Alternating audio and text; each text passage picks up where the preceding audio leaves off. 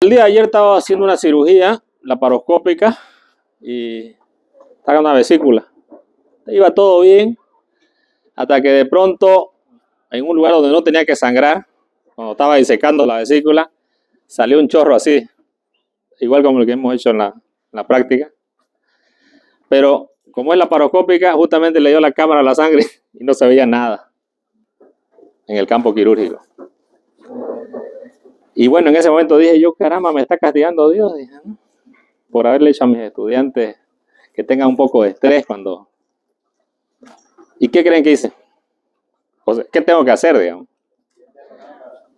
Limpié la cámara, la sacó la cámara, la volvió a meter, la limpió, la volvió a meter, otra vez la sangre la volvió a tapar y no se veía nada. ¿Pero cómo? Si no puedo ver. Pero si no puedo ver. Porque es laparoscópica, tendría que abrir. ¿Cuánto tiempo ya termina? Hasta que abra el abdomen y hasta que vaya y pare. Lo que yo tengo que determinar en ese momento, primero, justamente para eso hacemos este ejercicio, aunque algunos dicen, no, que es muy rápido. No, esa es la vida real, ¿no? Porque yo tengo que, o sea, tener primero tranquilidad. Era un flujo de sangre, ¿no? Un vaso, no era un vaso como la aorta, por ejemplo. Si una lesión de aorta, pues evidentemente no lo voy a poder parar con un clip. O sea, tengo que pensar en qué lo voy a parar, digamos, ¿no? Pero en este caso era un vaso, pero el vaso justamente daba un buen flujo. Pero tampoco el paciente se iba a choquear, ¿no? Entonces, limpiamos la cámara 2 veces, y a la siguiente ya se alejó un poco, ya pude llegar con el clip, puse el clip, ¿no? Pero si yo, ¿qué pasa? Que yo me descontrolo en ese momento porque nunca me pasó esto. No, a mí me pasó, sí, ¿no? No es que no me haya pasado, me ha pasado. Y justamente eso es lo que nosotros queremos con los ejercicios que ustedes aprendan. O sea, aprendan lo que realmente te puede suceder en una cirugía, ¿no? Ese rato, obviamente yo y el cirujano que estamos operando, somos cirujanos experimentados porque no es primera vez que vemos esto. Pero un cirujano no experimentado, ¿qué sucede? Se pone nervioso y los nervios van a hacer lo que te van a hacer cometer errores. ¿Y los errores se perdonan? No, en medicina los errores no se perdonan. Porque un sangrado masivo puede llevar a la muerte de un paciente, ¿no? Por eso que es importante que nosotros hagamos las prácticas de simulación, que las hacemos ahora con ustedes, y que algunos de repente dicen, no, que no sé qué. Bueno, lo importante es que sí, en la vida real a ustedes les va a suceder esto, ¿ya? Y hoy tenemos varias herramientas para parar la hemorragia. En la parte de la laparoscopia tenemos los clips. Pero, a ver, digamos que sea otra lesión que a mí no me pasó, pero sí le pasó a otro cirujano. Estaba colocando un trocar para una apendicectomía y lesionó la ilíaca. Y empezó.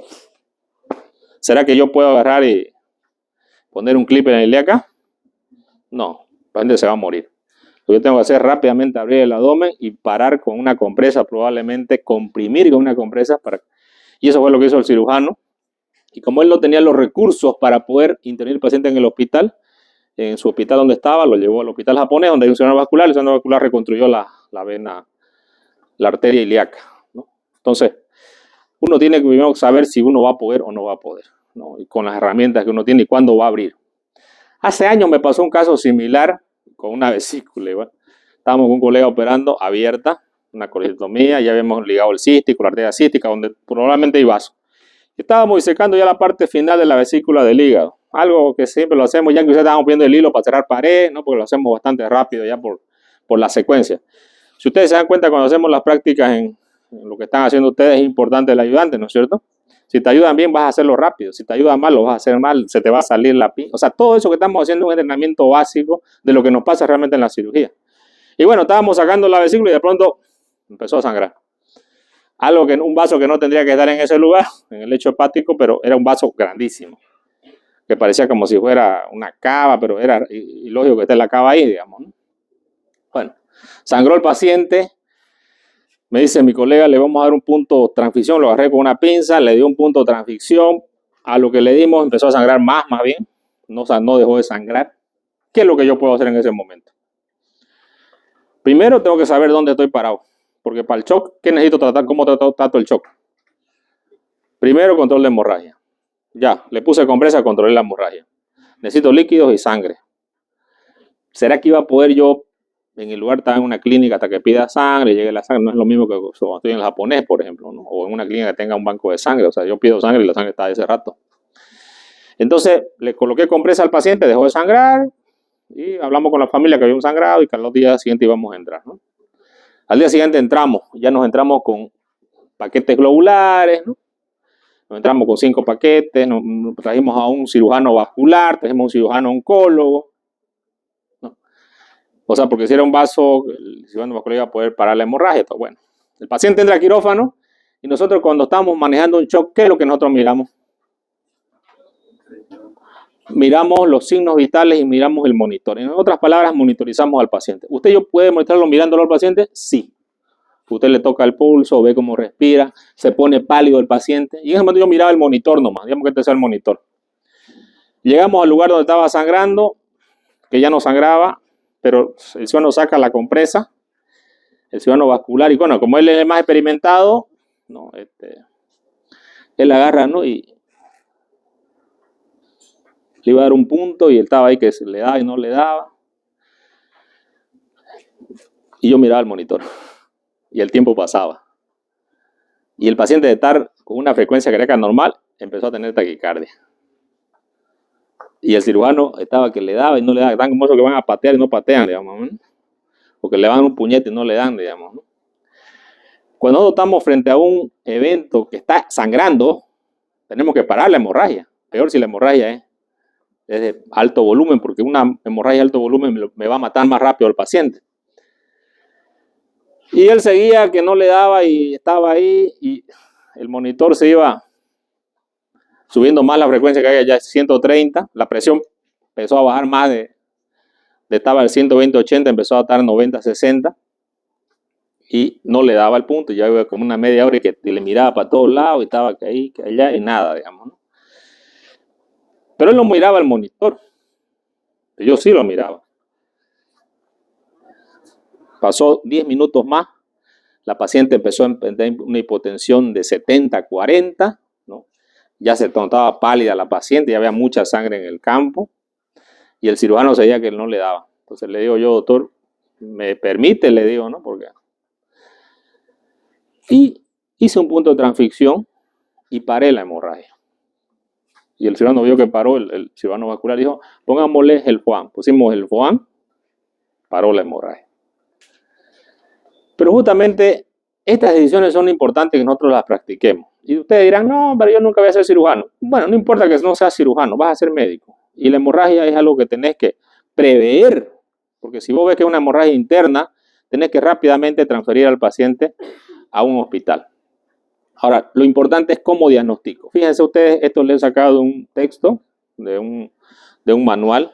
Y fíjense ustedes que una de las formas muy fáciles de diagnosticar cualquier tipo de hemorragia de forma rápida intraabdominal es con la ecografía, ¿no? Y dentro de la ecografía se ha diseñado, ¿no?, un curso muy básico para que cualquier persona sin tener un entrenamiento alto, porque muchas veces hay personas que entrenan mucho, ¿no?, tienen maestría por aquí, por allá, por todos lados, les sale por las orejas las maestrías, pero en realidad en la vida real no aplican, digamos, ¿no? Entonces, este es el algoritmo Ruch que tienen ustedes: shock hipovolémico, shock cardiogénico, shock obstructivo, shock distributivo. Ustedes pueden indicar todo. Y tienen 3 cosas, ¿no? Bomba, tanque y circuito. ¿Y qué significa esto? Aquí lo tenemos un gráfico en dibujo, ¿no es cierto? El tanque viene a ser los lugares donde ustedes van a poner el transductor y ustedes van a poder evaluar la sangre que hay. 200 ml que haya en el fondo del saco de Douglas, ustedes lo pueden diagnosticar ya, colocándole cualquiera de ustedes con un tratamiento básico de 30 minutos, ¿ya? Pues no le decir, no, ¿saben que tengan que hacer un diplomado, una maestría en ecografía para hacer esto? No, porque nosotros queremos que ustedes aprendan cosas que son prácticas en la vida, ¿no? En la medicina a veces no sirve aprender mucho si nunca lo vas a aplicar. Aprender poco, pero aplicarlo, ¿no? Entonces, nosotros hacer un ECOFAST, todos ustedes deben aprender a hacer un ECOFAST. Yo a mis estudiantes de segundo año, a los que hacen práctica conmigo, todos van a hacer. O sea, puedo decir, porque una cosa es decir, sí, hay que enseñarle. Otra cosa es decirle, le enseñaste, digamos, ¿no? Que es muy diferente. Le vas a enseñar o no. Sería bueno enseñarle, pero les enseñaste, es muy diferente, digamos, ¿no?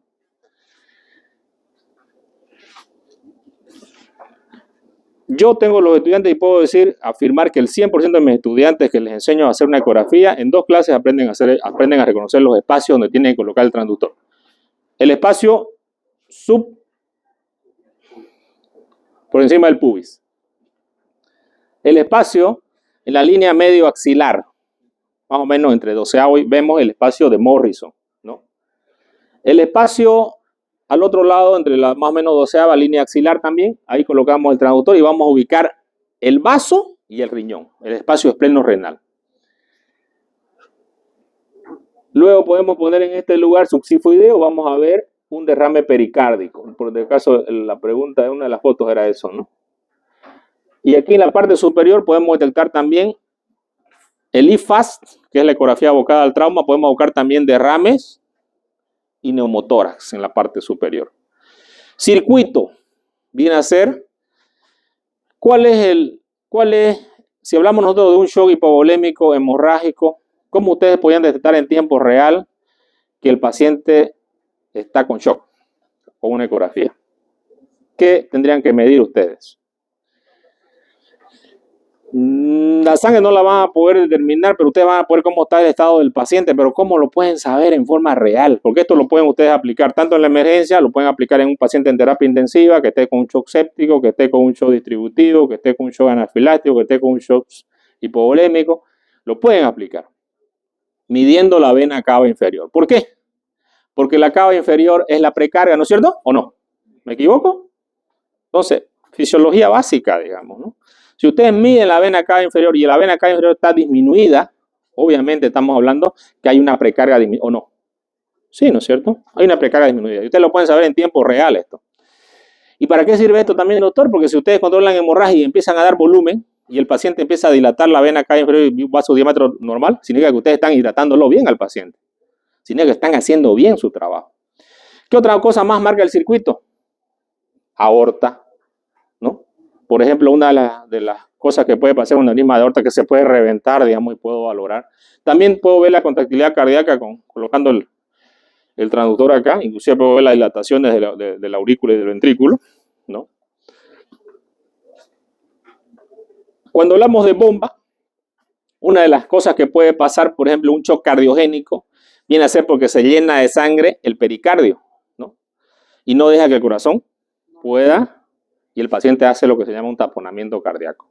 ¿Y ustedes pueden diagnosticar alguna ecografía? Por supuesto que sí. ¿Y ustedes pueden drenar eso con una ecografía? Por supuesto que sí.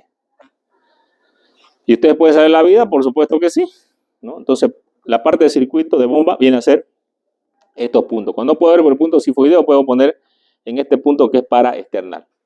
Subsifoideo, si no debajo de la tetilla, más o menos el 10º, son los lugares donde ustedes pueden ver el corazón con cualquier ecógrafo. No estoy hablando de un ecógrafo para corazón ni nada de esas cosas, digamos, con cualquier ecógrafo.